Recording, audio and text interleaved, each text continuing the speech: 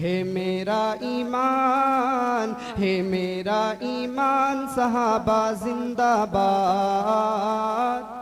शाहिद है कुरआन, सहाबा जिंदाबाद। शाहिद है कुरआन, सहाबा जिंदाबाद। है मेरा ईमान, है मेरा ईमान, सहाबा जिंदाबाद। शाहिद है कुरआन, सहाबा जिंदाबाद। हाँ सिद्दीक नबी के पहले यार बने, हाँ सिद्दीक नबी के पहले यार बने। हाँ सिद्दीक नबी के पहले यार बने। हाँ सिद्दीक नबी के पहले यार बने। अव्वल आली शान, अव्वल आली शान, सहाबा जिंदाबाद। है मेरा ईमान, सहाबा जिंदाबाद। प्यारे उमर का नाम जहां पर आ जाए, प्यारे उमर का नाम जहां पर आ जाए, प्यारे उमर का नाम जहां पर आ जाए, प्यारे उमर का नाम जहां पर आ जाए। दौर में मुसल्लम रही है खिताबत मस्जिदों में जीनते महराब व मिंबर है। खिताबत मस्जिदों में जीनते महराब व मिंबर है। खिताबत मारिकों में तीर है, तलवार व खंजर है। यही तकरीर व खिताबत जब नबी की ज़बान तक पहुंची तो दावत व हिदायत बन गई। जब किसी कायद व रहबर ने इसे इख्तियार किया तो तराने सियासत बन गई। जब किसी मुजाहिद ने इसे अपनाया तो नारे इनकिलाब बन गई। जी हाँ, शायर कहता है कि खिताबत वजद में आए तो फिर हथियार बन जाए। कभी नेज़ा, कभी खंजर, कभी तलवार बन जाए। खिताबत की गुलफशानी मुसल्लम है ज़माने में, ये नज्जाशी के आगे जाफरे तैयार बन जाए।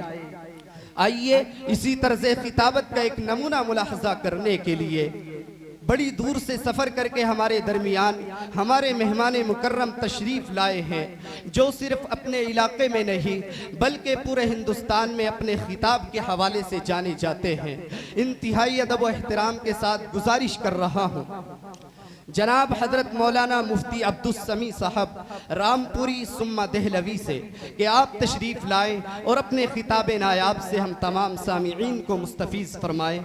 इस शेर के साथ आपका इस्तकबाल है कि आज अपनी बेकरारी को करार आ ही गया, आज अपनी बेकरारी को करार आ ही गया, जिसका शिद्दत से रहा है इंतज़ार आ ही गया। वाइज़े बेमिसल की आमद से ए अहले चमन, वाइज़े बेमिसल की आमद से ए अहले चमन, इस इलाके में भी अब रंगे बहार आ ही गया।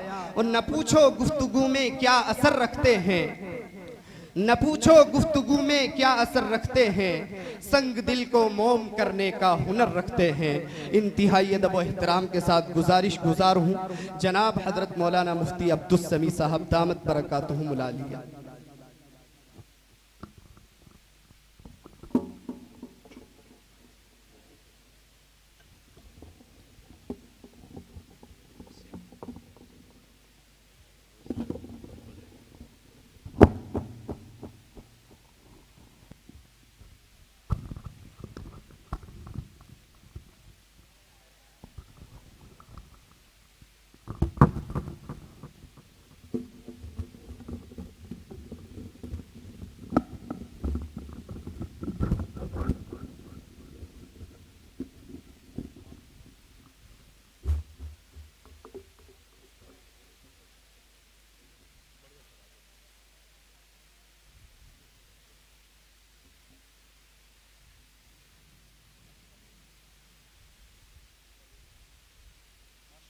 अल्हम्दुलिल्लाह नहमदुहु व नस्तईनुहु व नस्तगफिरुहु व नु'मिनु बिही व नतवक्कलु अलैहि व नऊज़ु बिल्लाहि मिन शुरूरि अनफुसिना व मिन सय्यिआति अअमालिना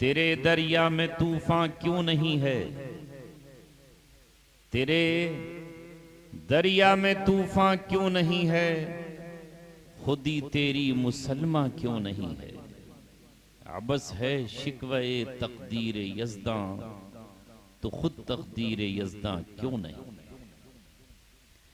ऐ ला इला के वारिस बाकी नहीं है तुझ में गुफ्तारे दिलबराना किरदारे काहिराना ऐ ला इला के वारिस बाकी नहीं है तुझ में गुफ्तारे दिलबराना किरदारे काहिराना तेरी निगाह से दिल सीनों में कांपते थे खोया गया है तेरा जज्बे कलंदराना वो सजदा रूह जमी जिससे कांप जाती थी उसी को आज तरसते हैं मिंबर और मिहराब वो सजदा रूह जमी जिससे कांप जाती थी उसी को आज तरसते हैं मिंबर और मिहराब सुनी न मिस्र फलस्ती में वो अज़ा मैंने दिया था जिसने पहाड़ों को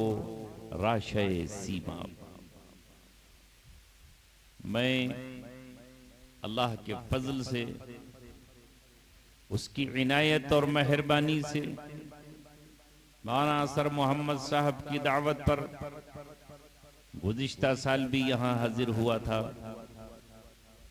और इस सरजमीन ने आपके दिलों की धड़कन ने आपकी चाहतों ने मौलाना मौसूफ की दावत ने रब के करम और रहम ने आज मुझे फिर एक बार नौजवानों आपके बीच भेजा है अल्लाह ताला से दुआ कर लो कि अल्लाह ताला हमारी आज की इस शाम को इस रात को इस बज़्म को इस महफिल को इस बैठक को कबूल फरमाए आमीन तो कह सकते हो ये उसमें भी जीएसटी लग गया है पेट्रोल के डीजल के दाम बढ़े हैं आमीन कहने पर तो अभी कोई टैक्स नहीं लगाया ना और अगर टैक्स लग जाए तो क्या होगा लग भी सकता है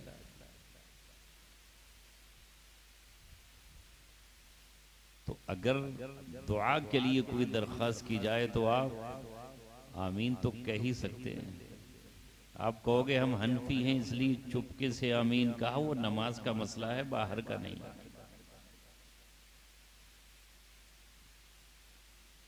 शाखों पे अगर फूल सुहाने नहीं आते, भौरे भी तो खुशबू को चुराने नहीं आते। शाखों पे अगर फूल सुहाने नहीं आते, भौरे भी तो खुशबू को चुराने नहीं आते। अल्लाह ये कहता है करो अपनी हिफाजत, बुज़दिल को फरिश्ते भी बचाने नहीं आते। मेरे अजीजों और साथियों, अभी मुफ्ती हिफ्जुर रहमान साहब अपने वलवला अंगेज खिताब से आपको जगा रहे थे और आपके जज्बों को उभार रहे थे। जिक्र सहाबा का आया, जिक्र नबी के दीवानों और मस्तानों का आया, जिक्र मदारिस और मसाजिद का आया, जिक्र तारीख हिंद और उसमें हमने जो कुर्बानियां दी हैं उसका आया। 1857 में जो हमने अंग्रेजों के खिलाफ ऐलान बगावत किया था दिल्ली की गलियों में, फिर उसके बाद हमने खून की बारिश देखी, नदी खून की बहा दी गई, कत्ल कर दिए गए अहले ईमान, मार दिए गए मुसलमान, सूली पर चढ़ा दिए गए उनके नौजवान, उलमा की गर्दनें काट दी गईं, कुरान छीन लिया गया, दरिया बुर्द कर दिया गया, जला दिया गया, नजरे आतिश कर दिया गया। और हिंदुस्तान में आने वाला अंग्रेज बंगाल की खाड़ी तक पहुंच चुका था। जहां से सूरज निकलता है वहां तक उसकी हुकूमत थी, और मगरिब में इंग्लैंड में जहां समंदर में जाकर के सूरज डूब जाता है वहां तक भी उसकी हुकूमत, सल्तनत और बादशाहत थी। वो इस घमंड में था, इस गुरूर में था, इस तकब्बुर में था कि मुझे इस वक्त इतनी कुव्वत और ताकत हासिल है कि सूरज निकलता है मेरी ही सल्तनत में और डूब जाता है मेरी ही हुक्मरानी में। उसे ख्याल था कि शायद यही हाल आइंदा भी रहेगा, मगर वो नहीं जानता था कि लेके माजी को जो हाल आया तो दिल कांप गया। लेके माजी को जो हाल आया तो दिल कांप गया। चढ़ते सूरज पे जवाल आया तो दिल कांप गया। वो सल्तनत बरतानिया, वो इंग्लैंड की हुकूमत, वो मलका विक्टोरिया जिसे अपनी कुव्वत पर और ताकत पर नाज था, उसे गहन लगा सूरज गुरूब हुआ। जो ये समझता था कि मुसलमान खत्म कर दिए जाएंगे, इस्लाम मिटा दिया जाएगा, दीन इस्लाम का बिस्तर लपेट दिया जाएगा और कुरान हमेशा हमेश के लिए दुनिया से नापैद कर दिया जाएगा, उसे शायद पता नहीं था। उसने कुरान पढ़ा नहीं था, पढ़ा था तो भूल गया था। उसके कान तक ये बात पहुंची नहीं थी कि अल्लाह तबारक व तआला ने जिस दिन कुरान को नाजिल किया था उसी दिन इस ऐलान के साथ नाजिल किया था। वो ऐलान आज भी गली गली, कूचा कूचा, बस्ती बस्ती, शहर शहर, महल्ला महल्ला, मकतब मकतब, गांव शहर देहात, वीरानों, आबादियों, मालदारों, गरीबों, शहंशाहों, गुलामों, बादशाहों के यहाँ ऐलान है। और इस मदरसे में भी जब कोई बच्चा कुरान का हाफिज होता है और जब कोई हाफिज कुरान रमजान में कुरान पढ़ता है तो इस आयत पर पहुंचता है, इन्ना नहनु नज़्ज़लना ज़िक्रा व इन्ना लहू लहाफिजून। हम ही इस कुरान के नाजिल करने वाले हैं और मुहाफिज भी करने व हिफाजत करने वाले भी हम हैं। अंग्रेज आज नजर आता है हिंदुस्तान में, आपको आता है लाल किले पर तस्वीरें खींचने के लिए, कभी कभी गोवा के बीच पर गंदगी फैलाने के लिए आता है, यहां कैमरा लेकर आपकी तस्वीरें लेने के लिए आता है, यहां के रेल के निजाम को देखने के लिए। लेकिन हुकूमत खत्म है। ऐ अहले ईमान, अल्लाह ताला ने आपको वो नेमतें अता फरमाई हैं जो माजी में किसी उम्मत, किसी कौम, किसी जमात, किसी फर्द, किसी शख्सियत, किसी गिरोह और किसी फिरके को नहीं मिली।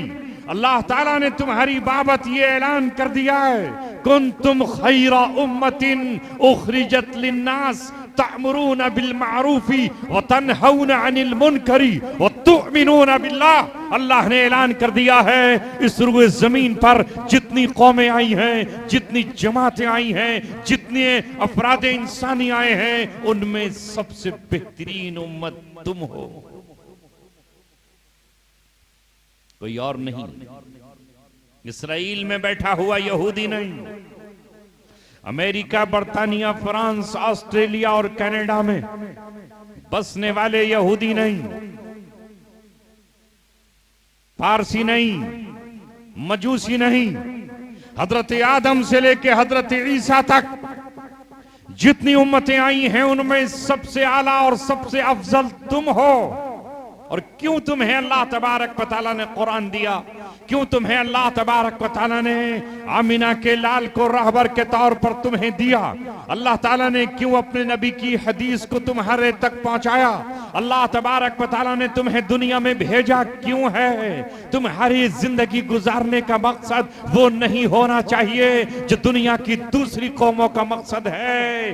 तुम दुनिया में किले तामीर करने नहीं आए, तुम बुलंद बांग इमारतें बनाने नहीं आए, तुम दुनिया में सब्ज बाग लगाने नहीं आए, तुम हीरे जवाहरात को नापने और तोलने के लिए नहीं आए, तुम समंदर की गहराइयों में गोता लगाने के लिए नहीं भेजे गए। अल्लाह ताला ने तुमको भेजा है पूरी इंसानियत के नफे के लिए। कुंतुम खैरा उम्मतिन उखरिजत लिन्नास तअमुरूना बिल मारूफी व तनहौना अनिल मुनकर। तुम पूरी इंसानियत के फायदे और नफे के लिए भेजे गए।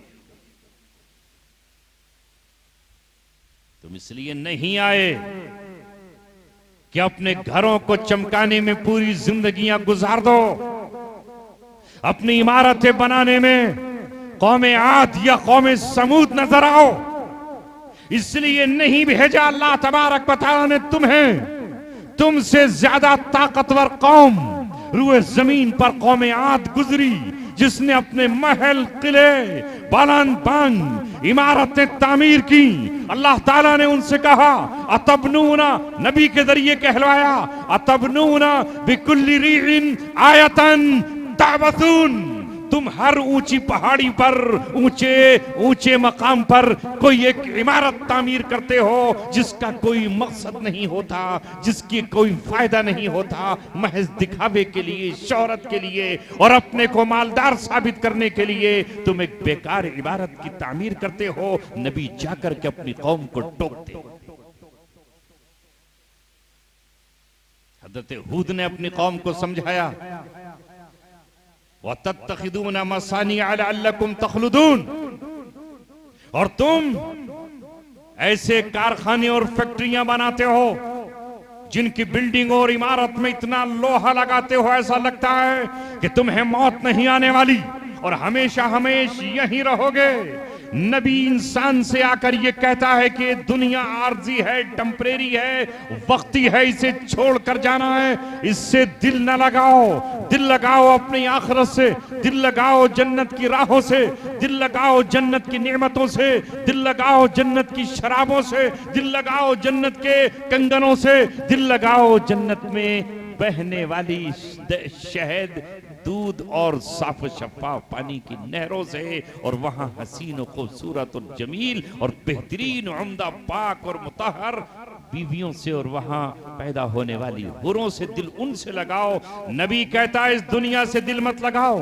मगर कौमे आद इमारतें तामीर कर रही है, बड़ी बड़ी मजबूत फैक्ट्रियां तामीर कर रही है, लेकिन अल्लाह तबारक व तआला को भूल जाती है और जोश तकब्बुर में आकर कहती है मन अशद्दु मिन्ना कुव्वतन, हमसे ज्यादा ताकतवर कौन। अल्लाह तबारक व तआला ने कहा मैं बताता हूं तुमसे ज्यादा ताकतवर मैं मैं हूं और मेरा लश्कर है। वलिल्लाही जुनूदुस समावाति वल अर्ज़, और अल्लाह तबारक व तआला का लश्कर जमीनों में भी है, आसमानों में भी है। वमा यालमु जुनूद रब्बिका इल्ला हु, और अल्लाह तबारक व तआला के लश्कर को कोई नहीं जानता। अभी चंद दिनों पहले, एक हफ्ते पहले आपने हवा का तूफान देखा? बरेली में नन्हे मियां को उड़ते हुए देखा ना कि नहीं? नन्हे मियां उड़ गए टीन शेड के साथ 100 फीट की बुलंदी पर, ऐसे जा रहे थे जैसे पतंग उड़ रही हो, और गिरे फिर नन्हे मियां। ये अल्लाह तबारक व तआला ने हवा का एक झोंका दिया था। अगर उसी हवा को अल्लाह तबारक व तआला हुक्म दे कौम आद की तरह, तो फलक बोस इमारतें जमी बोस हो जाएं और आबादियां खंडरों में तब्दील हो जाएं, इंसानी सर कट के जमीन पर गिर जाएं, पेड़ टूटकर जमीन पर बिखर जाएं। अल्लाह ताला ने उस कौम के ऊपर 7 दिन तक 7 लयालियों, 8 दिन तक और 7 रातों तक हवा चलाकर उसका पटरा कर। उसके बाद एक और कौम आई, कौम समूद। उसने पहाड़ों को तराशा। अल्लदीन जाबु सख्र बिल अवाद, पहाड़ों को बिल्डोजरों से और अपनी छेनियों और लोहे से तोड़ डाला। पहाड़ों में मकानात बनाए, पहाड़ों के अंदर गुफाएं बनाई, ऐसी सिंदरियां और ऐसे पेड़ और दरख्त खुशनुमा बनाए कि अंदर दाखिल होने वाला समझता कि हकीकत में ये बाग हैं। जैसे मुझे लगता है कि आपके भी जो ये पेड़ हैं शायद हकीकत के पेड़ हैं, मगर ये प्लास्टिक के हैं प्लास्टिक के। लेकिन दूर से आने वाला समझ रहा है कि ओरिजिनल है, जैसे वो है। आज का भी तो इंसान बना रहा है ना, क्या जरूरत है इस प्लास्टिक का बनाने की? क्यों अल्लाह ने बनाना बंद कर दिया क्या अपने पेड़ को? बताओ ना सही। 1-2 गमले घरों से उठाकर ले आते, क्या जरूरत है? मगर ये इंसान ये दिखाना चाहता है कि अल्लाह, मैं भी तेरी मुकाबला आराई करने के लिए जा रहा हूं। अगर अल्लाह ने इंसान को दिमाग दिया तो आज इंसान ने उसके मुकाबले पर AI दे दिया ना। आर्टिफिशियल क्या है आगे? Intelligence, artificial intelligence. इंसानी दिमाग तैयार हो गया, लोग उससे मशवरा ले रहे हैं, दवा पूछ रहे हैं, घर का कलर पूछ रहे हैं, कौन सा कलर करें भाई साहब बताइएगा। वो भाई साहब बता रहे हैं मोबाइल में आकर, ये ऐसा कर लो। आने वाली 10-15 साल के बाद नस्लें अपने दिमाग का इस्तेमाल भूल जाएंगी, और भाई AI हर जगह साथ बैठे होंगे। बताओ AI भाई क्या खाऊं? वो कहेंगे इस वक्त जहर खा लो, जहर खा लो, इस वक्त ये मौजूदा खा लो। कौम को पता ही नहीं होगा। ऐ मेरे अजीजों, मुझे आगे अर्ज करना है कि वो कौम जिसने पहाड़ों को तराशा और आर्टिफिशियल उसमें उन्होंने बागात बना दिए। अल्लाह तबारक व तआला के नबी हजरत सालेह अलैहिस्सलाम उनको पुकारते रहे और दावत देते रहे, नहीं मानी वो कौम, और अल्लाह तबारक व तआला की निशानी ऊंटनी को उसने कत्ल कर दिया। इदिम बाथा अश्काहा फ़क़ाल लहुम रसूलुल्लाहि नाक़तल्लाहि व सुक़याहा। हजरत सालेह अलैहिस्सलाम ने कहा था, ये ऊंटनी अल्लाह तबारक व तआला की ऊंटनी है, इसे छूना मत, ला तमस्सुहा बिसूइन फ़याख़ुज़कुम बिअज़ाब। अगर इस ऊंटनी को तुमने छू दिया तो तुम्हें अज़ाब पकड़ लेगा, बचोगे नहीं। मगर जब कौम की बदबख्ती आती है तो वो कौम नबियों का मजाक उड़ाती है, अल्लाह तबारक व तआला के रसूलों को चैलेंज करते हुए कहती है, कहां है तुम्हारा अदाब, कहां है तुम्हारा रब, लाते क्यों नहीं तुम अदाब को?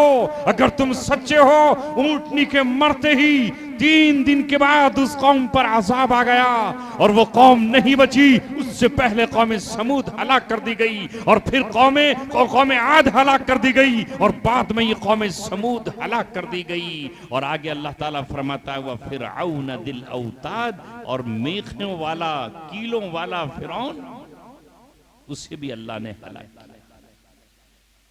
अल्लाह ने ये दास्तानें क्यों सुनाई, कौमों का जिक्र क्यों किया है कुरान में? तुम भी एक कौम हो, वो भी एक कौम थी। दुनिया में आज भी कौम समूद के नक्शे कदम पर चलने वाली कौमें मौजूद हैं, कल भी थी। मगर मुझे तो आपसे कहना है कि ऐ मुसलमानों, तुम्हारे लिए नमूना, लक़द काना लकुम फी रसूलिल्लाहि उस्वतुन हसना, तुम्हारे लिए नमूना कौम समूद की जिंदगी नहीं, कौम आद की जिंदगी नहीं, कौम नूह की जिंदगी नहीं, कौम शुएब की जिंदगी नहीं, कौम तुब्बा की जिंदगी नहीं। तुम्हारे सामने नमूना है हजरत मोहम्मद सल्लल्लाहु अलैहि वसल्लम की जिंदगी। उनकी जिंदगी में नमूना देखिए और उस पर अपनी इमारतों की और अपनी जिंदगी की बुनियादें उस्तवार कीजिए। देखिए मोहम्मद सल्लल्लाहु अलैहि वसल्लम का तर्ज जिंदगी क्या था, उनके सहाबा का तर्ज जिंदगी क्या था। हमारे नाज़िम साहब अभी सहाबा का तस्करा कर रहे थे। सहाबा के तस्करे से काम नहीं चलेगा। रब्बे दो जहां की कसम, वो सहाबा इतने अजीम और इतने बुलंद, और अल्लाह तबारक व तआला के यहां से रजामंदी का परवाना सिर्फ इसलिए लेकर आए कि उन्होंने अपनी आरजुओं को, अपनी ख्वाहिशों को, उन्होंने अपनी चाहतों को, अपनी तमन्नाओं को मोहम्मद रसूलुल्लाह की शरीयत और उनकी चौखट पे कुर्बान कर दिया। तुम जरा बताओ, तुम तो बताओ, हो क्या रहा है आज मुसलमानों को? जिन्हें अल्लाह तबारक व तआला ने रहबर कामिल दिया, वो कौम आज मोहम्मद सल्लल्लाहु अलैहि वसल्लम के नक्शे कदम पर चलने के लिए तैयार नहीं है। आज भी सरजमीन अरब चले जाओ, क्या मिस्र और क्या शाम और क्या आपका यमन और क्या आपका सऊदी अरेबिया, क्या कोयत और क्या इराक और क्या आपका जॉर्डन और क्या आपका मुत्तहिदा अरब इमारात, अबू धाबी हो या दुबई या शारजा, इन तमाम शहरों में क्या हो रहा है? क्या इमारतें अमेरिकन टावर को देखकर नहीं बनाई जा रही? क्या खाना काबा के पास मक्का टावर बर्तानिया के टावर को देखकर नहीं बनाया जा रहा? आज ढूंढने से भी मुझे हजरत अबू बकर का घर नजर नहीं आता, हजरत उस्मान की झोपड़ी नजर नहीं आती, हजरत बिलाल जिस मकान में रहते थे वो मकान हमें नजर नहीं आता। आज हिंदुस्तान में 300 साल अंग्रेज हुकूमत कर गया और तकरीबन 80 साल के करीब अब यहाँ के बाशिंदे हिंदू धर्म के मानने वाले और सनातन के मानने वालों की हुकूमत है। मगर आज भी हुमायूं का मकबरा मौजूद है, आज भी यहाँ लाल किला मौजूद है, आज भी यहाँ कुतुब मीनार, मस्जिद कुव्वतुल इस्लाम की मीनार मौजूद है, आज भी अकबर का किला फतेहपुर सीकरी में मौजूद है, आज भी ताजमहल आगरा में मौजूद है, उसे ढाया नहीं गया, उसे बाकी रखा गया है। आज भी यहाँ सुल्तान टीपू का मकबरा मौजूद है। लेकिन मुझे आज सऊदी अरब में, हिजाज मुकद्दस में, मदीने मुनव्वरा में कहीं नजर नहीं आता कि मोहम्मद सल्लल्लाहु अलैहि वसल्लम के हाथों से लगा बनाई हुई मस्जिद नजर आ जाए। तोड़ फोड़ कर सब बराबर है। कोई उनको टोकने वाला है, कोई रोकने वाला है, कोई उन पर नक़्द करने वाला है, कोई हजरत हूद की तरह फरीजा अंजाम पहुंचाने वाला कि ये इमारतें क्यों बना रहे हो फजूल, ये पानी में समंदर में क्यों बनाया है तुमने बुर्जुल खलीफा, जरा वजह तो बताओ। एक तरफ पूरी दुनिया में उम्मत की गुर्बत का आलम यह है कि उसकी माओं के पास अपने बच्चों को ईद के दिन पहनाने के लिए कपड़े नहीं हैं। एक रिक्शा चलाने वाले के पास अपने बच्चे के लिए स्कूल में भेजने के लिए कापी और कलम नहीं है।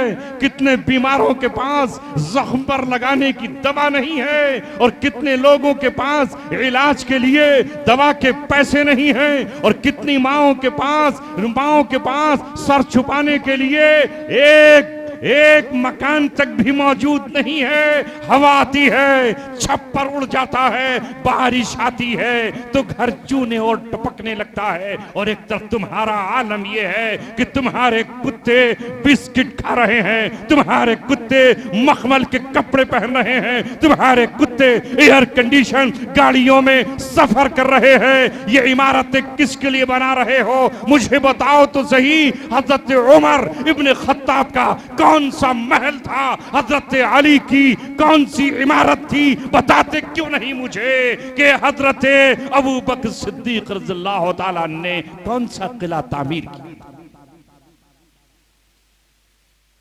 बताओ, बता पाओगे? फिर ये मुस्लिम कौम कहां जा रही है? अल्लाह तबारक व तआला ने इतनी नेमतें तुमको अता फरमा रखी हैं कि किसी को नहीं दी। खुदा की कसम, तुम जिसको चाहते उसे आंख दिखाकर ये कह सकते थे कि हमारे पास अल्लाह ताला ने वो कुव्वत, वो ताकत, वो हैबत, वो चीज अता फरमाई है कि हम जुल्म दुनिया के किसी किनारे पर बर्दाश्त नहीं करेंगे। न जुल्म मुसलमान के साथ, न जुल्म किसी ईसाई के साथ, न जुल्म किसी दलित के साथ, न जुल्म किसी कमजोर के साथ। हम इंसाफ का सूरज है, सूरज की तरह चमकेंगे। हम इंसाफ की शमशीरें बरहना है। हम दुनिया के हर खित्ते में कल भी पहुंचे हैं और जहां नाइंसाफी होगी वहां जाएंगे। मुझे बताओ तो सही, अल्लाह ने आपको किस चीज से महरूम किया है? अगर एक तरफ अल्लाह ने कुरान दिया है तो जिस सरजमीन पे कुरान उतरा है, जहां जहां मुसलमान हैं वहां वहां पेट्रोल के कुएं हैं और जहां जहां पेट्रोल है वहां वहां मुसलमान हैं। क्या चाइना में पेट्रोल है? अमेरिका में है?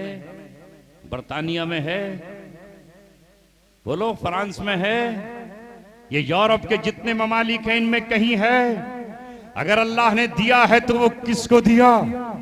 जिस आबनाए हुर्मुज का जिक्र आज पूरी दुनिया में चल रहा है वो अल्लाह ने किसको दी है? अल्लाह ने अहले ईमान को अता फरमाई। हम ये कहते कि हम सारी दुनिया के इमाम बनकर अल्लाह ने हमें भेजा है।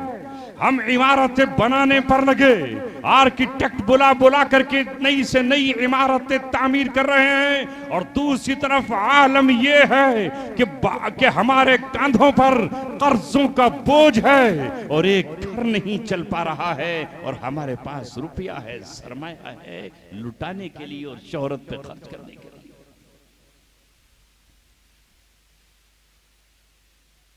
कौम आद और कौम समूद की उन इबारतों पर टोका उस वक्त के नबी ने, मगर आज है कोई इनको टोकने वाला? है कोई इनको रोकने वाला? कोई है इन्हें बताने वाला?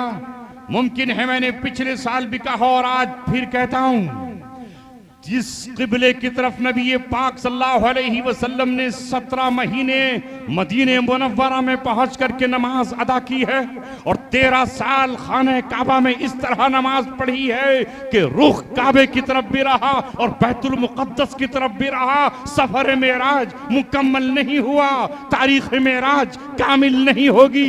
तारीख मेराज और सफर मेराज अधूरा है, कुरान अधूरा है जब तक उसमें फलस्तीन का जिक्र नहीं आएगा, अर्ज़ मुक़द्दस का जिक्र नहीं आएगा, जब तक मस्जिद अक्सा का जिक्र नहीं आएगा। सुब्हानल्लज़ी अस्रा बिअब्दिही लैलम मिनल मस्जिदिल हराम इलल मस्जिदिल अक्सल्लज़ी बारकना हौलहू लिनुरियहू।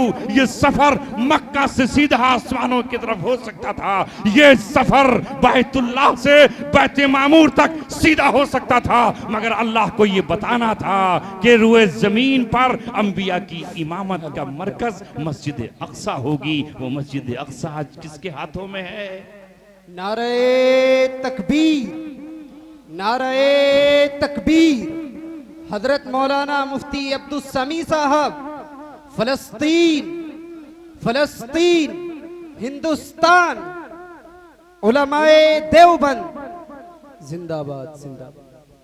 कुछ पढ़े लिखे हजरात हैं यहाँ? हैं? ये सब वैसे ही हैं। यहूदियों की आबादी कितनी होगी पूरी दुनिया में? पूरी दुनिया में 1 करोड़ से कम है। और मुसलमान कितने होंगे जी?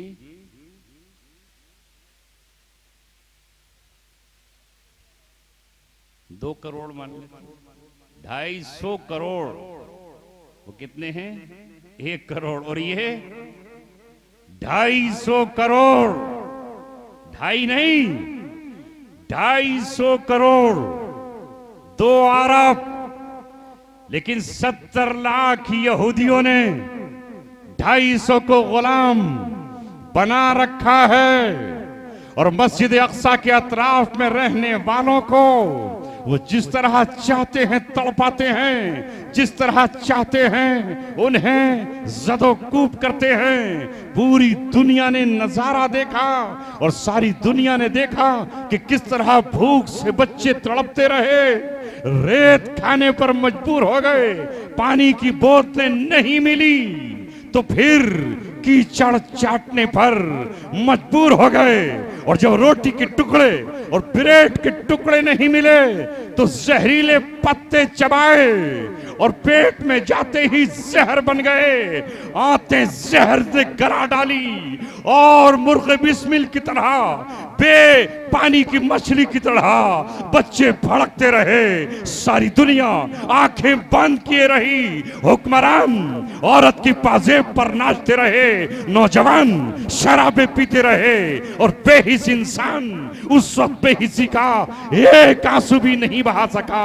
ये अरब के हुक्मरान रंडियां नचाते रहे, तवाइफों की घुंघरू की आवाज पर झूमते रहे। अमेरिका से जेनिफर लोपेज नंगा काफला लेकर आई और पीछे जो एलसीडी लगाई गई वो खाने काबा की तस्वीर जैसी थी। सारी दुनिया को इन हुक्मरानों ने बताया कि कल जाहिलियत का जब दौर था और कुरान नहीं आया था तब खाने काबा में नंगे बदन तवाफ किया जाता था। आज भी हम वही जाहिलियत का दौर ले आए हैं और हम तुम्हारी आंखों के सामने इस नाचने गाने वाली के पीछे जो स्क्रीन लगाएंगे वो खाने काबा की स्क्रीन होगी। होना क्या चाहिए था? नारा तकबीर, नारा रिसालत, या रसूल अल्लाह, या रसूल अल्लाह। माशाअल्लाह। हम तो इसी पर लड़ते लड़ते मर जाएंगे, मौत आ जाएगी कि जनाब आपने या रसूल अल्लाह क्यों कह दिया। या पर ही हमारा चल रहा है, सब कुछ चला गया, मुत्तहिद होने तैयार नहीं है, चारों तरफ झगड़े हैं, लड़ाइयां हैं। इन हालात में भी दिल दिल से मिलने के लिए तैयार नहीं है। अर्ज़ कुदस रो रही है। फलस्तीन की बच्चियों ने क्या ये दुनिया को पैगाम नहीं दिए कि हम तुम्हारी शिकायत रसूल पाक सल्लल्लाहु अलैहि वसल्लम से जाकर करेंगे। एक दिन भी हमारा खाना नहीं रुका, एक दिन भी मुसलमान नौजवानों का नाच नहीं रुका, एक दिन भी शादियों में गोले पटाखे और आतिशबाजियां नहीं रुकी, एक दिन के लिए भी मुसलमानों ने गम नहीं मनाया। ये हालात हैं आज हमारी बेहिसी का, और कहते हो कि हम मुसलमान हैं। खुदा की कसम, अगर एक कौवा मर जाता है तो उस कौवे के शोक में तमाम कौवे इकट्ठे होकर जमा हो जाते हैं, और उन्हें लगता है कि हमारे इस कौवे के बच्चे को किसी इंसान ने मारा है, तो उस गांव के बच्चों के और नौजवानों के सरों पर चोंचों से पंजों से हमला कर देते हैं। अगर एक बंदर को यह पता चल जाए कि उसके बच्चे को फला इंसान ने मारा है तो तमाम बंदर इकट्ठे हो जाते हैं। मगर आज वो जो मोहम्मद के गुलाम और अपने आप को सहाबा के गुलाम कहते हैं, उनकी कोई कॉन्फ्रेंस नहीं हुई और वो ये कह सकते कि ऐ अमेरिका, ऐ इस्राइल, हम तेरे हवाई जहाजों में, तेरे हेलीकॉप्टरों में, तेरे टैंकों में, तेरे जहाजों में, तेरे शिपों में जो तेल जलता है उसे हम तुझे नहीं देंगे। खुदा की कसम, अगर इन अरबों में इन मोहम्मद का नाम लेने वाले झूठे दावेदारों में जरा सी भी गैरत होती और ये शाह फैसल की तरह होते तो ये बैठकर ये कहते ईरान की तरह भूल जाओ ईरान कौन है क्या है। हम उसको इसलिए शाबाशी देते हैं कि उसने इस दौर में रूए जमीन पर यह बता दिया है कि रूए जमीन पर अल्लाह तबारक व तआला हर दौर में ऐसे लोगों को खड़ा करता है। वलौला दफुल्लाहि अन्नास बादहुम बिबाद लफसदतिल अर्द, अगर अल्लाह बास को बास के लिए दफा न करे तो जमीन फसाद से भर जाएगी। क्यों एक ईरान ने बंद कर दिया ना, आ गए ना घुटनों पर सारी दुनिया। अगर ये सारे अरब ये कहते हैं हम सारी दुनिया को तेल देंगे, लेकिन ये दो मुल्क जालिम हैं, एक अमेरिका दूसरा इस्राइल, इनको हम तेल नहीं देंगे, गैस नहीं देंगे जब तक कि फलस्तीनियों को अमन न मिल जाए, जब तक उनके ट्रक जो गिजा के खड़े हैं वहां उन तक न पहुंच जाएं, जब तक पानी की बोतलें उन तक न पहुंच जाएं, जब तक रोटी के टुकड़े उन तक न पहुंच जाएं, जब तक जख्मों के लिए मरहम न पहुंच जाए, जब तक ऑपरेशन के लिए डॉक्टर न पहुंच जाएं, और जब तक नशा देने वाले इंजेक्शन वहां न पहुंच जाएं। मगर याद रखो ये सब के सब अल्लाह तबारक व तआला को छोड़ करके इब्लीस का दमन चल चुके। ये वक्त है, लोग खुश हैं, लोग खुश हैं कि साहब हाजियों के लिए ठंडे और गर्म पानी का इंतजाम करते हैं। अरे जो हाजी जाता है वो ठंडा और गर्म पानी पीने नहीं जाता। खुदा की कसम, जमजम का एक कतरा उसे हजरत इस्माइल की तरह जिंदा रख सकता है, माँ हाजरा की तरह जिंदा रख सकता है। तुम्हारे इन चीजों की जरूरत बिल्कुल और बिल्कुल नहीं है। मैं तो दिल इसलिए रोता है कि आज उम्मत मुस्लिमा कहां से कहां खड़ी है, उसे होना कहां चाहिए था और वो है किस मकाम पर। भेजा था हमें महज मुसलमानों के लिए नहीं, पूरी इंसानियत के लिए हमें भेजा था अल्लाह ताला ने। और याद रखो जो कौम अल्लाह तबारक व तआला से मुआहदा तोड़ देती है और बगावत कर देती है और अल्लाह तबारक व तआला की गुलामी का पट्टा अपनी गर्दन से निकाल देती है, उसे जमीन पर इज्जत के साथ रहने का हक नहीं मिलता। और आज यही हो रहा है। 250 करोड़ जलील हैं कि नहीं? बोलो, क्या ये ईरान से सबक नहीं ले सकते थे? क्यों नहीं ले सकते थे? क्या उसके साथ खड़े नहीं हो सकते थे?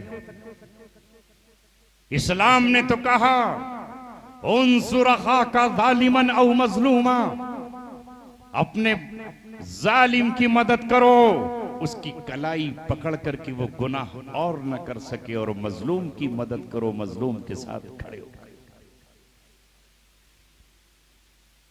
हमने समझ लिया। कोई समझ रहा है कि जुमेरात की फातिहा मरने के बाद तीजे का खाना, 40वें दिन का जर्दा बिरयानी, हो गया हक अदा। मजार पे एक चादर चढ़ाई, ख्वाजा साहब खुश हो गए, जन्नत तो अपनी है ही। हमने समझ लिया, साल भर में एक जलसा किया, मौलाना को बुलाया, खुश हो गए। जैसे हमारे बिरादरान वतन गंगा में डुबकी लगाई, सारे गुनाह पाप धुल गए। इस्लाम है क्या, दोबारा से फिर इसे समझना होगा। अल्लाह के रसूल सल्लल्लाहु अलैहि वसल्लम आखिरी पैगंबर हैं। वो जिस दीन को लेकर आए हैं उसमें नमाज भी है, रोजा भी है, हज भी है, ज़कात भी है, दिफा भी है, इक़दाम भी है, सुलह भी है, मजलूमों की मदद भी है। नबी करीम सल्लल्लाहु अलैहि वसल्लम ने गरीबों के सर पे हाथ रखा, यतीमों को गोद लिया और गुलाम को अपना बेटा बनाकर आजाद कर दिया। आज के नौजवानों, मुझे शिकवा आपसे है, मुझे शिकायत आपसे है, तुम अपने उलमा से कट क्यों गए हो? जो चीज करते हो खुद ही कर लेते हो। अल्लाह तबारक व तआला ने आपको इसलिए भेजा कि तुम्हारी बस्ती में कोई यतीम रोता नजर ना आए, कोई बेवा रात के अंधेरों में फरियाद करती नजर नहीं आए। उमर इब्ने खत्ताब का जिक्र तो है हमारी जबानों पर, मगर हम उनके नक्श कदम पर चलकर कब दिखाएंगे, जरा बताओ तो सही। तो बादशाह हैं, लेकिन बाजारों में, गलियों में, रात के अंधेरों में चक्कर लगाकर देख रहे हैं, कोई भूखा तो नहीं, कोई रो तो नहीं रहा, कोई मासूम बिलक तो नहीं रहा। क्या है उनकी जिंदगी? ऐशो इशरत की जिंदगी नहीं, जिंदगी है जमीन पे लेट जाना, पत्थर का तकिया बना लेना या अपने हाथ को तकिया बनाकर ही सो जाना। यही तो अल्लामा इकबाल ने कहा था, तेरे सोफे हैं अफरंगी, तेरे काली हैं ईरानी। तेरे सोफे हैं अफरंगी, तेरे काली हैं ईरानी। लहू मुझको रुलाती है जवानों की तनासानी। इमारत क्या, शिकोहे खुसरवी भी हो तो क्या हासिल, न जोरे हैदरी तुझमें, न इस्तिगनाए सलमानी। न हजरत हैदर का जोर है, न हजरत सलमान जैसा गिना है, बेनियाजी है। यही उमर इब्ने खत्ताब रज़ियल्लाहु ताला अन्हु। आज इन अरबों से कोई डर रहा है? आज इनका कोई खौफ किसी पर है? कल ये जब थे, मैं तारीख के वरक अगर उल्टूं तो दुनिया जाने क्या से क्या कहे, क्या समझेगी कि शायद पुराना सबक पढ़ रहा है। मैं वो वरक नहीं उलटना चाहता। रुलाऊं तो बगावत है, हंसाऊं तो बगावत है, समझ में कुछ नहीं आता कि छेड़ूं दास्तां कैसे।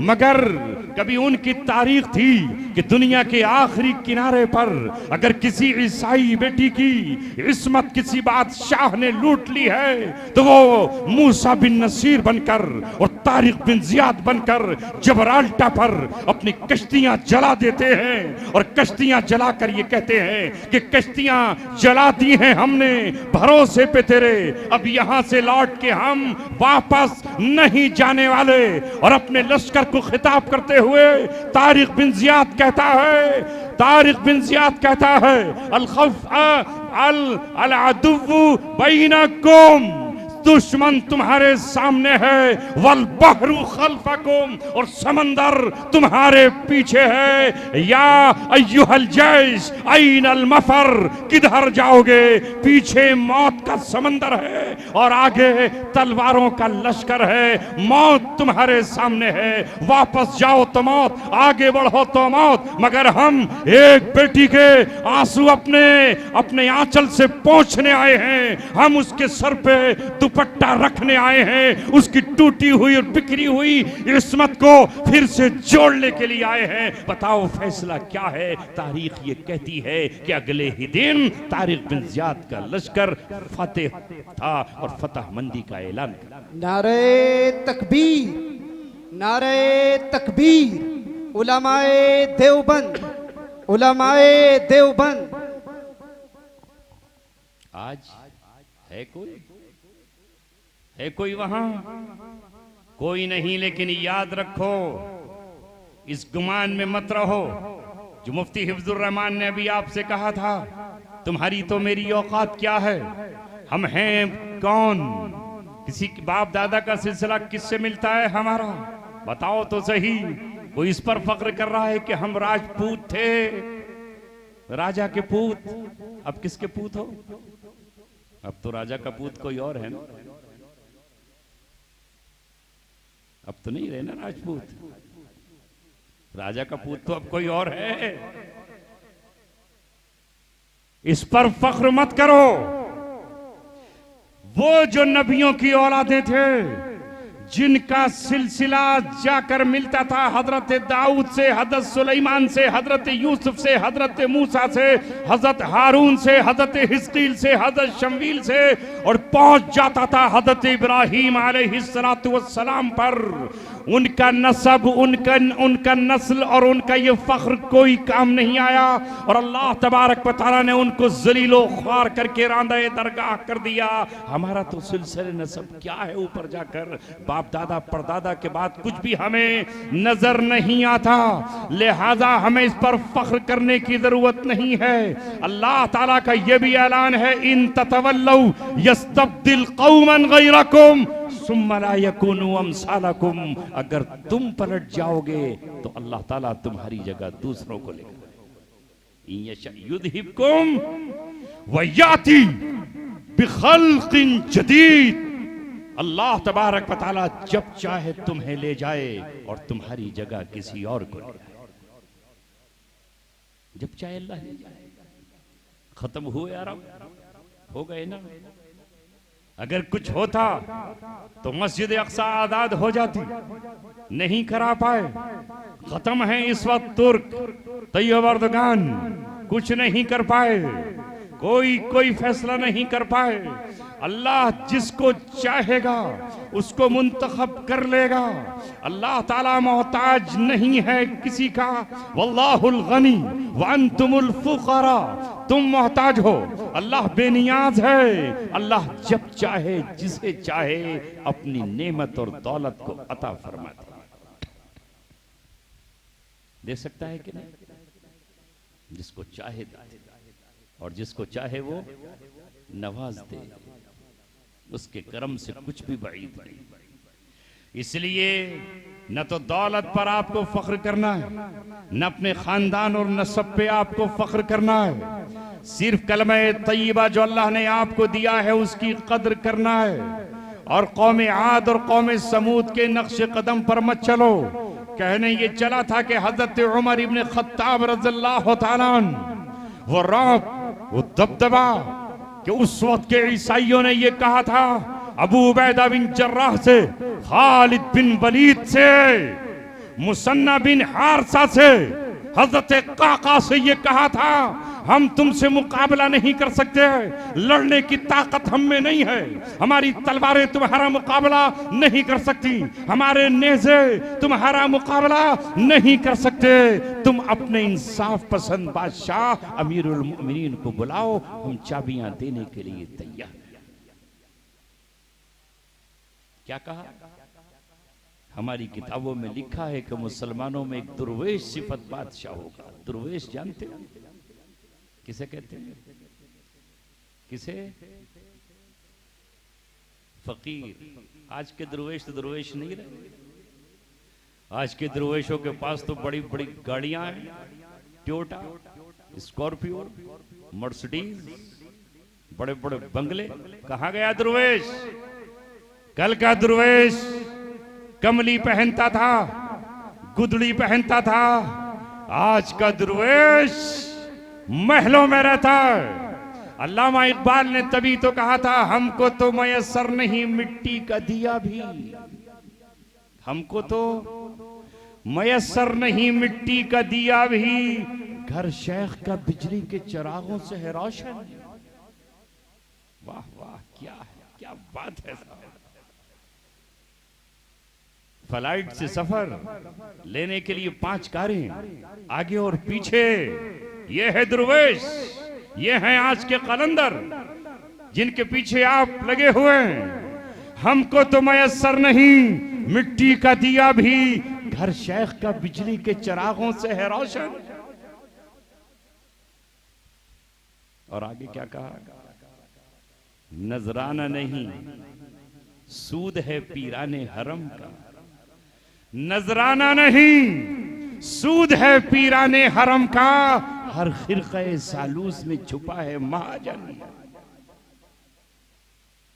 वो थे उमर इब्न खत्ताब, जब गए हैं बैतुल मुक़द्दस की चाबियां लेने के लिए, फतह करने के लिए, तो लश्कर आगे पीछे नहीं था, टियाऊ टियाऊ टियाऊ टियाऊ के होटल नहीं थे। चाहते तो पूरा मदीना साथ होता, अशरे मुबश्शरा साथ होते, असहाबे बद्र साथ होते, बैत करने वाले सुलह हुदैबिया पर सहाबा बैत रिजवान साथ होते। कोई साथ नहीं था, न हजरत अली साथ है, न हजरत उस्मान साथ है, न हजरत जुबैर बिन अवाम साथ है, नहीं है साथ में हजरत उमर, तन्हा है। और इस तन्हाई के रास्ते में महज गुलाम आपके साथ है। एक ऊंट है, उस पर छागल है, उसमें पानी है, मशकीजा है, थोड़ी सी खजूरें हैं। चलने लगे तो फिर सोचा आखिर दोनों ऊंट पर सवार हो जाएं। मदीने मुनव्वरा से बैतुल मुक़द्दस का सफर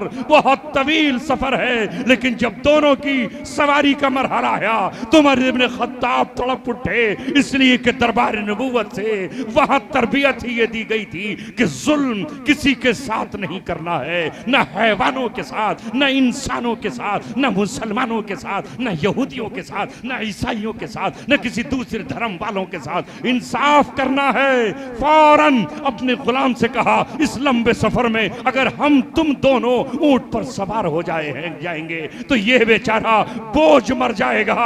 एक जानवर है, कयामत में तेरी और मेरी अल्लाह से शिकायत न कर दे कि तूने मुझे सीधा साधा जानवर बनाकर इंसान की तहवील में दे दिया था। इन्होंने चलते सहरा में, रेत के दरिया में हम पर सफर किया है। ऐ गुलाम, तुझे एक मंजिल नीचे चलना होगा तो मैं ऊंट पर सवार होऊंगा, और जब तू सवार होगा तो निचली मंजिल पर इसकी नकाल पकड़कर मैं चलूंगा। दरिया और सहरा के को उबूर करते हुए हम बैतुल मुक़द्दस पहुंचेंगे। ये है उमर इब्न खत्ताब। इस उमर इब्न खत्ताब से आज के हुक्मरानों को क्या निस्बत, आज के कलंदरों को क्या निस्बत, आज के दुर्वेशों को क्या निस्बत। हाँ, ये उमर इब्न खत्ताब हैं जो एक कुर्ता पहने हुए हैं और इस सफर में कजावे से लग कर वो कुर्ता फट गया है। और हजरत अली मियां अलैहिर्रहमा ने लिखा है कि इस सफर में हजरत उमर के कुर्ते में 13 पैबंद लगे हुए। नारे तकबीर, नारे तकबीर, गली गली नगर नगर, उमर उमर उमर उमर। 13 पैबंद। एक ईसाई को कुर्ता दिया, इस कुर्ते को मेरे सीधे सिल दे। उसने कहा इसकी जगह मैं अपना कुर्ता आपको पेश करता हूं, नया मेरे पास सिला हुआ एक जुब्बा रखा है, आप पहन लीजिए। कहा नहीं, मुझे ये फटा हुआ ही अजीज, ये मोटा भी है, पसीने को जज्ब कर लेता है। ये शान पैदा की थी मोहम्मद सल्लल्लाहु अलैहि वसल्लम ने। तो जब ये इंसाफ अपने गुलाम के साथ किया, हैवान के साथ किया, और जब बैतुल मुक़द्दस में दाखिले का मरहला आया तो तारीख भी इम्तिहान ले रही थी और तकदीर भी इम्तिहान से गुजार रही थी। उमर इब्न खत्ताब की बारी ऊंट पर बैठने की नहीं, बारी गुलाम के बैठने की आ गई। गुलाम ने तड़प कर कहा, रो कर कहा, आका ऐ मेरे मालिक, ऐ अमीरुल मोमिनीन, हमारी इज्जत, हमारी शान, हमारी आबरू, हमारी जान आप ऊंट पर सवार हो जाइए, मैं नकेल पकड़ कर चलूंगा। लोग आपके इंतजार में हैं, वरना लोग क्या कहेंगे कि गुलाम ऊंट पर सवार है और उनका मालिक और मुसलमानों का रहबर और उनका रहनुमा, उनका बादशाह, उनका फरमावरवाए सल्तनत जमीन पर चल रहा है। कहा है गुलाम, ये नहीं हो सकता। उमर आदिल बादशाहों में अपना नाम लिखवाना चाहता है। कल अगर कयामत में अल्लाह ने ये पूछ लिया कि उमर, तूने अपनी इज्जत के लिए, अपने वकार के लिए और तूने अपने नाम के लिए गुलाम की बारी छीन ली थी और तू ऊंट पे सवार हो गया था, तो मैं क्या जानता। काश हम हजरत उमर का नारा लगाते लगाते उनकी सीरत को भी अपने अंदर उतार लेते और इस दुनिया की कोई वक़्त हमारे सामने न होती। वो हजरत उमर रज़ियल्लाहु ताला अन्हु हैं जिन्होंने बैतुल मुक़द्दस को वापस लिया, फतेह कराया। आज कोई आपको दूर तक नजर आता है? नजर नहीं आएगा। हमें आज हमारा तर्ज जिंदगी यहूदियों जैसा, ईसाइयों जैसा, बुत परस्तों जैसा, मुशरिकीन जैसा हमें नजर आता है। हम अपने बच्चे की बारात लेकर जाएं तो उस वक्त तक हमें चैन नहीं पड़ता जब तक सैकड़ों गाड़ियों का काफिला ना हो। हम अगर कोई खुशी मनाएं तो हमें चैन नहीं आता जब तक हमारे यहाँ ढोल धमाका ना हो। हम हज पर भी जाएं तो हमारे काफिले के काफिले एयरपोर्ट पर जाते हैं हमें छोड़ने के लिए, रुपये पैसे को बर्बाद करने के लिए। ऐ अजीजों साथियों, 1400 साल पहले जो दीन हमें मोहम्मद सल्लल्लाहु अलैहि वसल्लम ने दिया था, उस दीन पर आ जाइए, उसी में इज्जत है। यही बात हजरत उमर रज़ियल्लाहु ताला ने कही थी मुल्क शाम में पहुंचकर, जब वहां उन्होंने अरबी लिबास छोड़ दिया था और यमनी लिबास, ये शामी लिबास पहन लिया था। तो हजरत उमर ने कहा था, सुनो, इन्नल्लाह आज़्ज़ना बिल इस्लाम, अल्लाह ने हमें इज्जत इस्लाम से दी है। जिस दिन इस्लाम हमसे छूट जाएगा उस दिन हम जलीलो ख्वार। नारे तकबीर, नारे तकबीर, गली गली नगर नगर, गली गली नगर नगर, उमर उमर उमर उमर।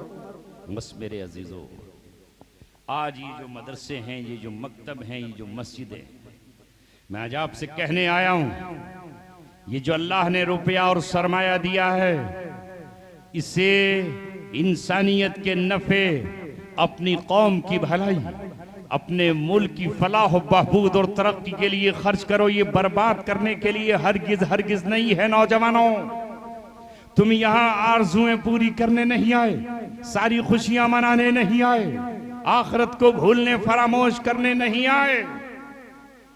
मस्जिदों को ऐसा सजा रहे हैं जैसे लगे कि ये कौम समूद और आद की मस्जिद है। क्यों? क्या करना है वहां? किसका घर है वो अल्लाह का घर है। मैंने तो तारीख के कुछ वरक, इतिहास के कुछ पन्ने आपके सामने खोले ताकि मुझे और आपको दोनों को इबरत हासिल हो जाए। आज अमीर का दिल गरीब के लिए नहीं तड़पता और गरीब मचलता रहता है कि रब ने हमारे साथ क्या फैसला किया है। लेकिन इस्लाम में माल की, दौलत की कोई हैसियत नहीं, कोई हैसियत नहीं। अल्लाह तबारक व तआला की यह हैसियत है तुम्हारी जबानों से निकलने वाले उन अल्फाज की जिन अल्फाज से तुम अल्लाह अकबर कहते हो। मुझे ईमानदारी से बताओ, हजरत बिलाल रज़ियल्लाहु ताला क्या उनके पास बाग थे? क्या उनके पास खजूरें थी? क्या उनके पास जेवरात थे? क्या उनके पास हीरे और जवाहिरात थे? क्या उनके पास ऊंटों के लश्कर थे? क्या उनके पास घोड़ों के रेवड़ थे? क्या उनके पास बकरियों के रेवड़ थे? क्या था हजरत बिलाल रज़ियल्लाहु ताला के पास?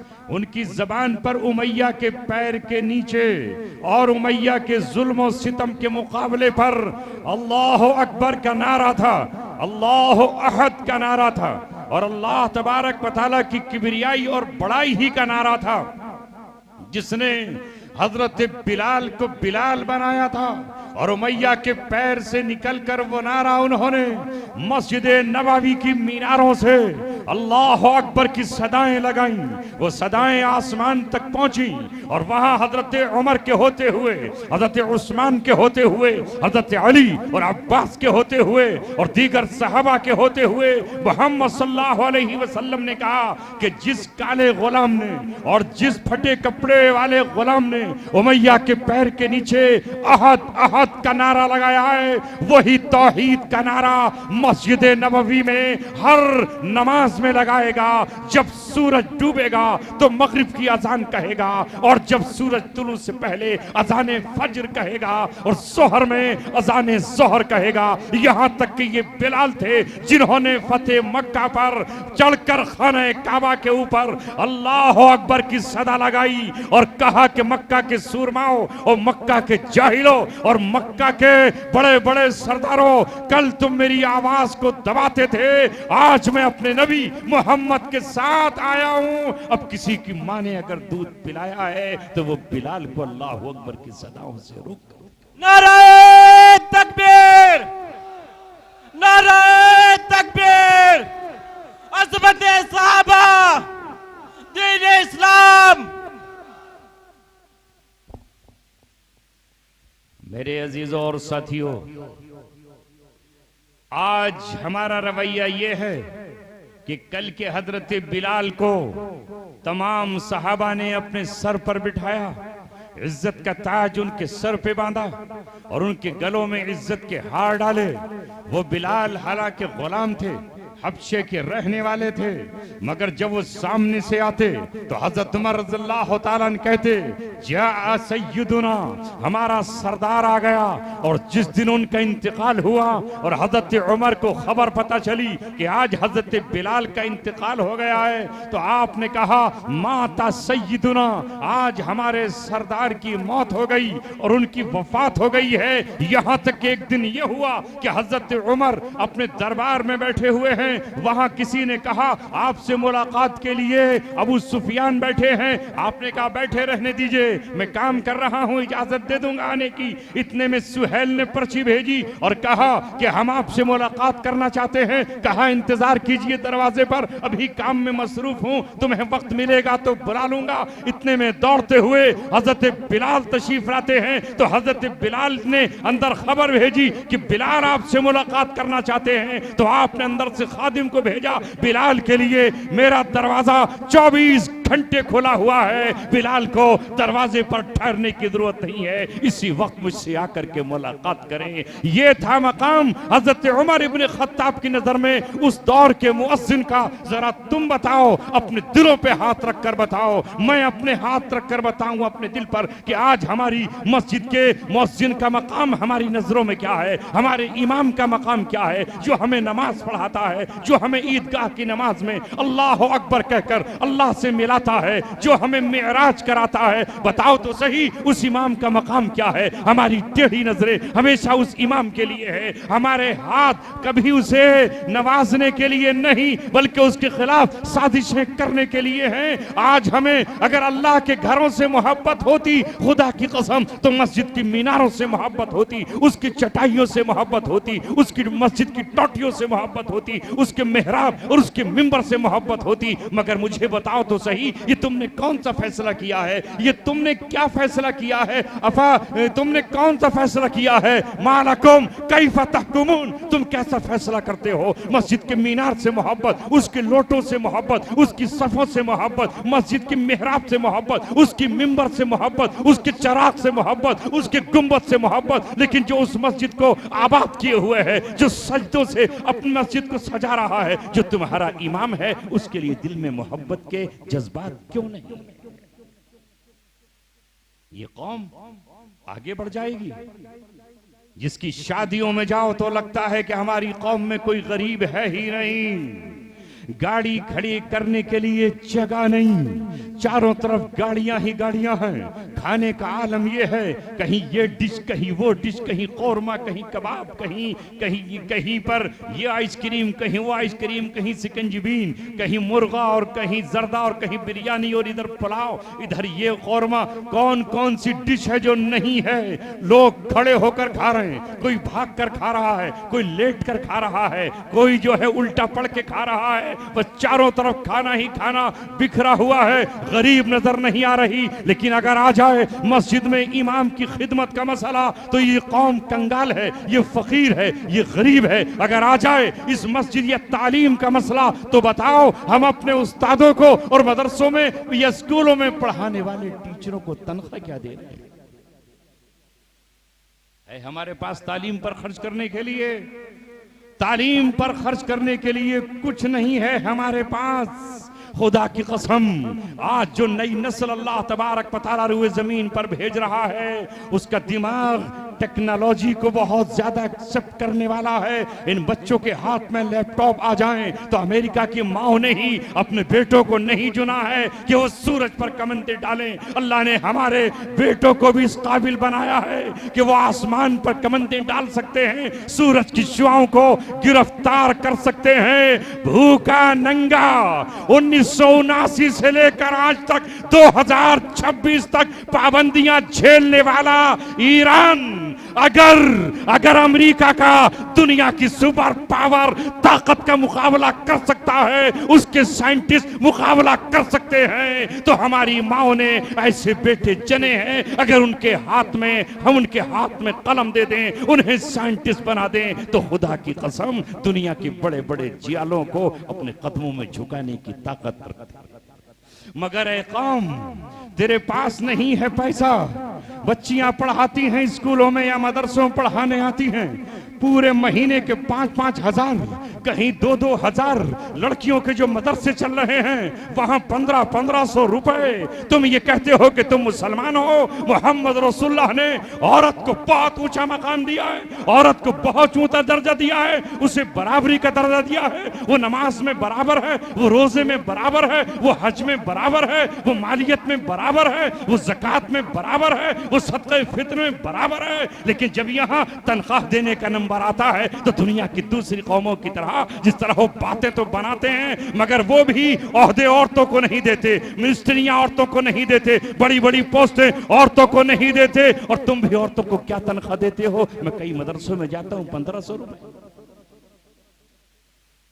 इस कौम के पास ऐसा नहीं कि पैसा नहीं है, सब कुछ है, मगर जिहालत पर लुटाने के लिए है, झूठे मुकदमात लड़ने के लिए है, नामो नमूद के लिए है, ये शादी पर खाना खिलाने के लिए है। खुदा की कसम, तुम्हारा मेयार ये होता कि तुम्हारे पास बड़े बड़े इंस्टीट्यूट होते, तुम्हारे अपने बच्चे पढ़ते और दूसरे धर्म के लोग आकर ये कहते, ऐ मुसलमानों, हमारे पास वैसी दरसगाहें नहीं है, हमारे पास वैसी लाइब्रेरियां नहीं है, हमारे पास वैसे इंस्टीट्यूट नहीं है, हमारे पास वैसे कोचिंग सेंटर नहीं है जैसे तुम्हारे पास है। हम पूरी दुनिया की वैसी खिदमत करते जैसे 1400 वर्ष पहले सहाबाए किराम ने की है। हम अमल से साबित करते। आज हमारे स्कूलों में हिंदू धर्म के, दूसरे धर्म के बच्चे क्यों नहीं आते? हम क्यों जा रहे हैं वहां? हम क्यों जा रहे हैं? दो वजह हो सकती है। एक तो ये कि हमारे पास अपने स्कूल ही नहीं, हमारे पास अपने इदारे ही नहीं, और दूसरी वजह ये हो सकती है कि इदारे हैं मगर हमारे यहाँ पढ़ाने का निजाम ही नहीं, हमारे यहाँ सिस्टम ही नहीं। तो हमारे पास सिस्टम होता तो खुदा की कसम वो अपने बच्चे तुम्हारे पास लेकर आते। आज तक किसी हिंदू ने या किसी ईसाई या किसी सिख ने ये नहीं कहा कि मैं पंथ में डॉक्टर जमाल से अपना ऑपरेशन नहीं कराऊंगा। किसी ने नहीं कहा कि मैं अपोलो में डॉक्टर शुएब से अपना ऑपरेशन नहीं कराऊंगा। हाँ, तुम्हारे पास ऐसे डॉक्टर होते। इस हिंदुस्तान में कितनी ही फिरका परस्ती और कितनी ही असबियत हो, अटल बिहारी का दौर हो या उसके बाद का दौर हो, किसी ने आगे बढ़कर ये नहीं कहा कि हम एपीजे अबुल कलाम मुसलमान के हाथों से एटम बम नहीं चाहते, इसलिए कि मुसलमान के हाथों का होगा और इज्जत का ताज एक मुसलमान के बेटे के सर पे बन जाए। जाएगा। मगर जब वो एटम बम देने वाला था मुल्क को, तो इन्होंने उस मुसलमान से लिया और हम आखिरी सांसों तक ये कहते रहेंगे कि एटम बम देने वाला हमारा ही बेटा, हमारा ही शहजादा था। क्यों नहीं आगे बढ़ते आप? क्यों नहीं बचाते? दीन और दीनदार इस तबके पर, इन मदारिस पर मोहब्बत की नजर क्यों नहीं डालते? बैठने के बच्चों के लिए जगह नहीं है, कमरे नहीं हैं और हमारे पास चीजें नहीं हैं।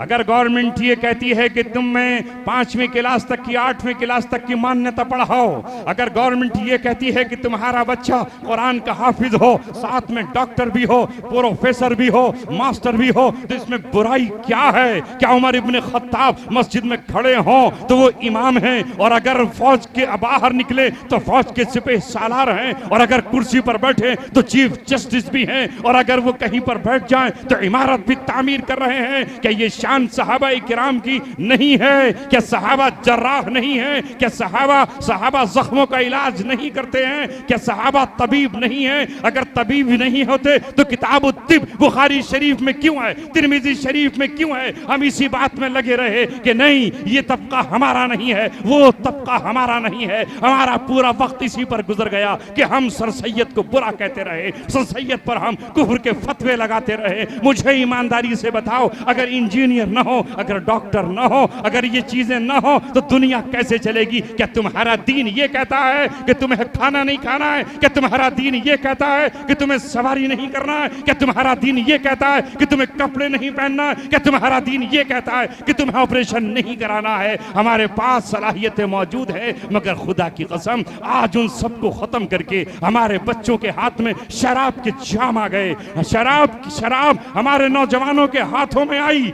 अरे शराब तुम्हारे हाथों में न होती, तुम्हारे हाथों में कलम होता। खुदा की कसम आज भी अमेरिकन कंपनियों में बड़े बड़े मैनेजर मुसलमान हैं,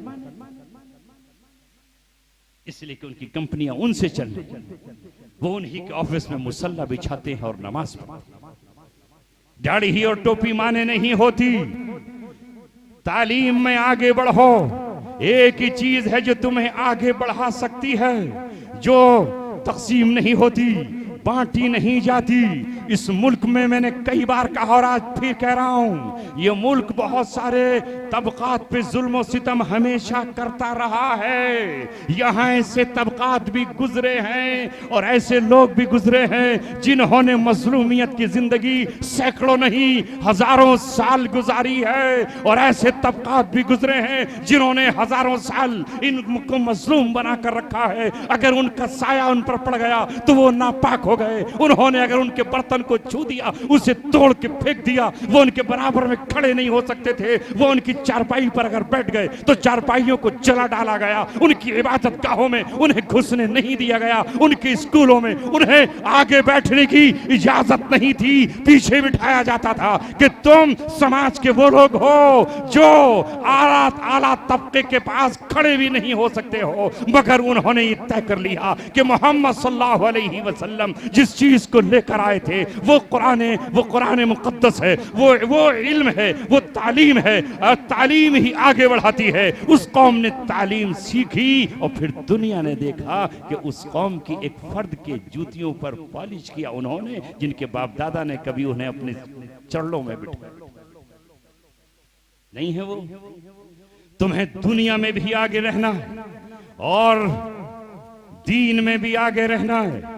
इधर अजान हो, मस्जिद में जाके नमाज अदा करो, और नमाज अदा करते ही अपनी मार्केट में चले जाओ, ईमानदारी का सबूत दो। जिस जगह पर रहते हो, जैसे मैंने कहा कि तुम दुनिया की 1/3 आबादी हो, हिंदुस्तान का 1/4 तुम हो। तुम्हारे बगैर हिंदुस्तान अधूरा है। हिंदुस्तान पौना रह जाएगा, पौना, अगर इसमें मुसलमान नहीं होंगे।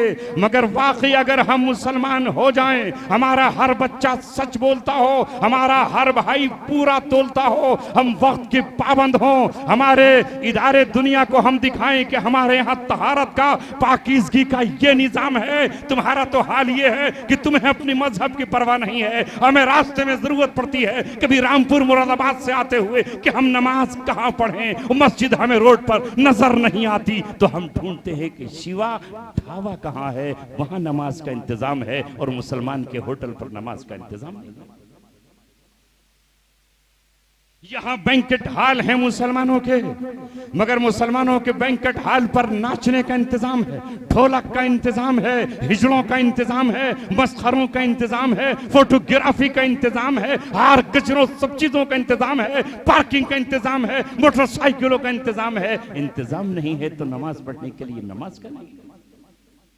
किसको जाकर के मुंह दिखाओगे? लोगों बताओ तो सही। तुम्हारा अपना कोई हॉस्पिटल है तो वहां कोई कमरा है जिसको आप कहो कि प्रेयर रूम है हमारा?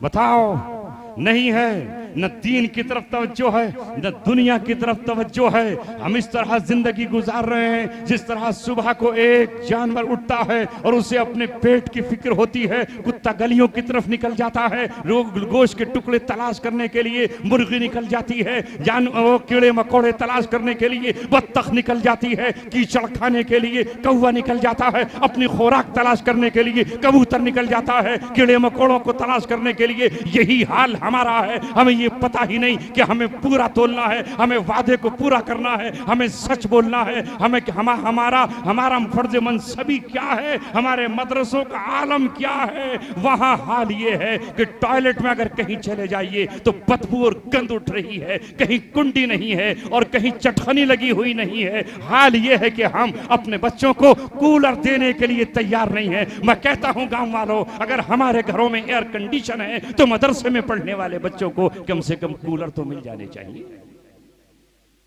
ये इस दौर के हजरत बिलाल के साथी हैं, ये अम्मार और सुहैब रूमी के साथी हैं। इन्होंने आज के दौर में दारे अरकम की याद को ताजा कर दिया है। ये मकतब दारे अरकम है, ये सुफ़ा का चबूतरा है रब्बे दो जहां की कसम, जहां अबू हुरैरा ने भूखे पेट रहकर अल्लाह के रसूल की हदीसों को याद किया था। आज भी कितने बच्चों में गरीब माओ के यतीम बच्चे मौजूद है जिन्हें सुबह एक चाय की प्याली मिल जाती है, एक पापा मिल जाता है, एक बिस्किट मिल जाता है और दोपहर तक उसी पर बैठे रहते हैं और दोपहर के बाद शाम को मिलता है। गांव में रहने वालों, कभी हमारे यहाँ मेहमान आया, हम कोई अच्छी चीज मदरसे में लेकर गए, कभी हम आम लेकर गए, कभी अमरूद लेकर गए, कभी तरबूज हम लेकर गए।